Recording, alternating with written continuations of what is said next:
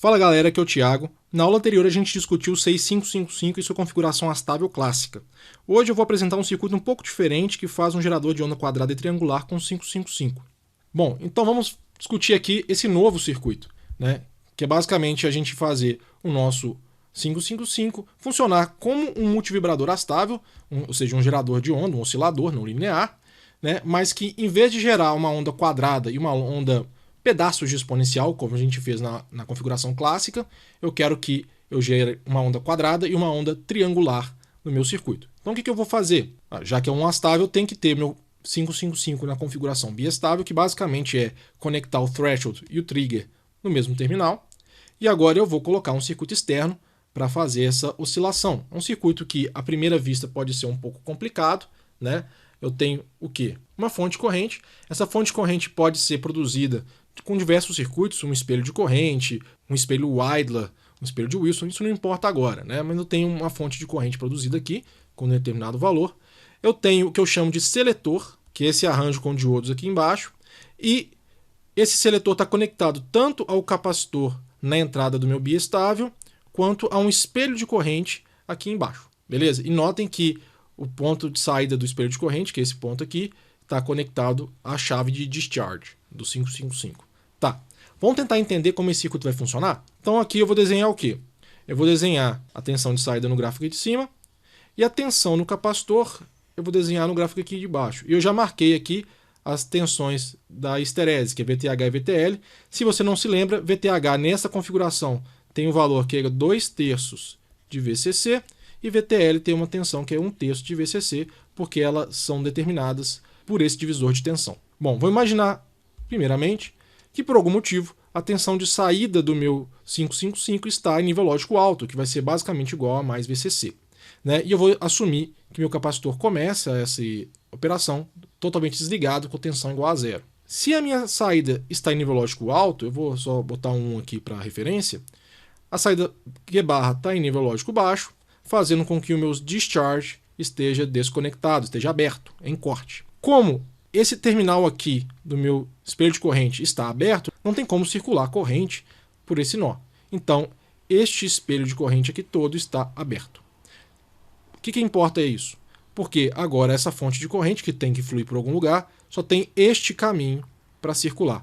Então ela vai ir toda para o meu capacitor, fazendo com que a tensão no capacitor cresça em rampa. Beleza?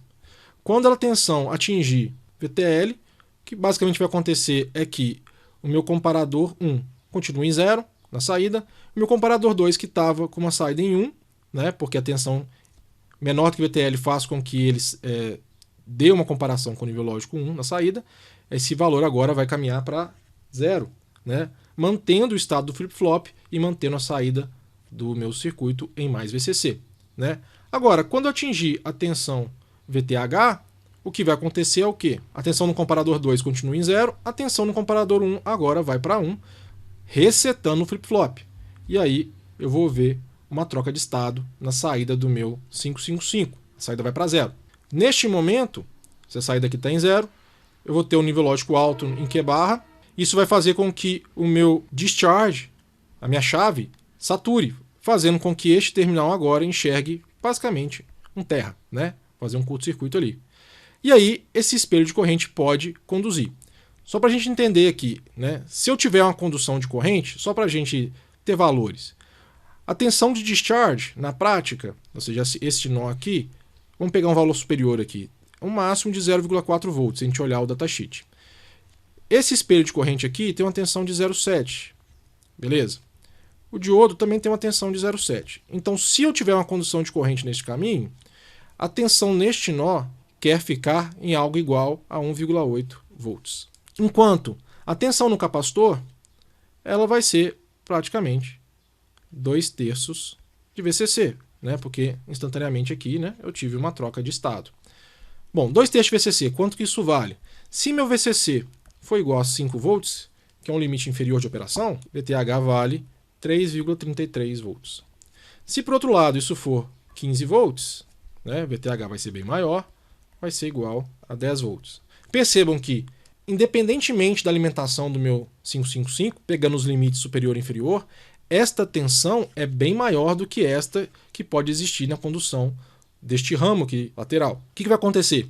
Este ramo vai conduzir, vai fazer com que a minha tensão neste nó seja exatamente 1,8 volts, e este diodo aqui vai ter que abrir, porque ele vai ter agora a tensão de anodo menor do que a tensão de catodo, né? Então percebam que na hora que eu fecho a minha chave discharge, eu vou abrir este diodo aqui, né? E fazer com que haja uma condução de corrente por este caminho aqui. Beleza? Joia. Deixa eu só limpar o desenho. Então eu tenho uma corrente circulando por aqui, né? Só que aqui embaixo eu tenho um espelho de corrente, de forma que, se eu considerar que o espelho é ideal, né, a corrente que passa neste transistor aqui tem que ser a mesma corrente que passa no transistor de cá. E esse transistor agora só pode drenar a corrente do capacitor. Então o que vai acontecer? Eu vou ter uma descarga linear com basicamente a mesma inclinação de subida no meu capacitor. Quando a tensão no capacitor atingir novamente o VTL, eu vou ter novamente o set do meu flip-flop, a minha saída volta para o nível lógico alto, né? E eu vou voltar a ter a situação anterior, ou seja, o discharge vai abrir, eu vou interromper esta corrente aqui, fazendo com que a corrente I volte novamente a carregar o meu capacitor. E aí eu vou ver uma subida da tensão, em rampa também, e aí o ciclo se repete, né? E eu vou ver em regime permanente uma onda quadrada aqui e uma onda triangular aqui. Beleza?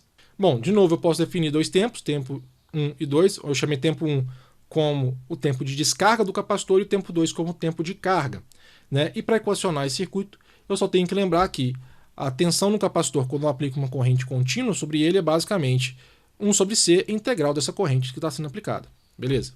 A partir daí eu posso equacionar o tempo 1 e o tempo 2. Vamos pegar o tempo 1 como exemplo, né? Eu vou resolver essa equação.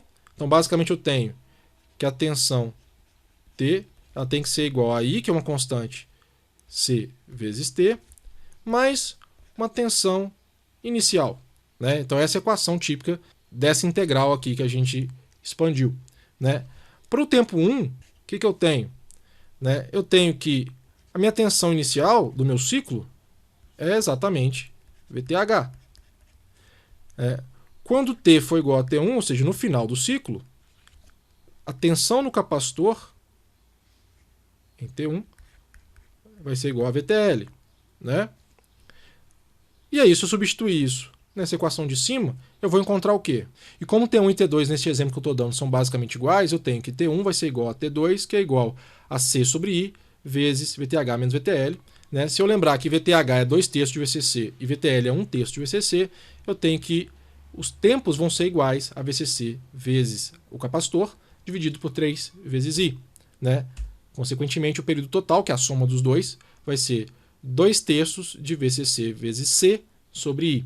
E eu tenho aqui um ciclo de trabalho de 50%. Beleza? Este é um circuito muito interessante, né, porque ele permite que a gente faça geração de onda triangular também, né, com 555. E se eu quiser alterar o ciclo de trabalho, uma possibilidade seria, em vez de fazer essa conexão desta forma, eu colocar aqui um potenciômetro. O que esse potenciômetro vai fazer? Ele vai fazer com que eu desloque o valor da corrente que passa por aqui e da corrente que passa por aqui. Eu vou descasar essas duas correntes. E aí o tempo de carga do meu capacitor, que é dado pela corrente I, vai ficar diferente do tempo de descarga. Com isso eu altero o ciclo de trabalho, mas também eu altero a frequência. Beleza? Então é isso, gente. E a gente termina aqui. Um grande abraço, até a próxima aula. Tchau!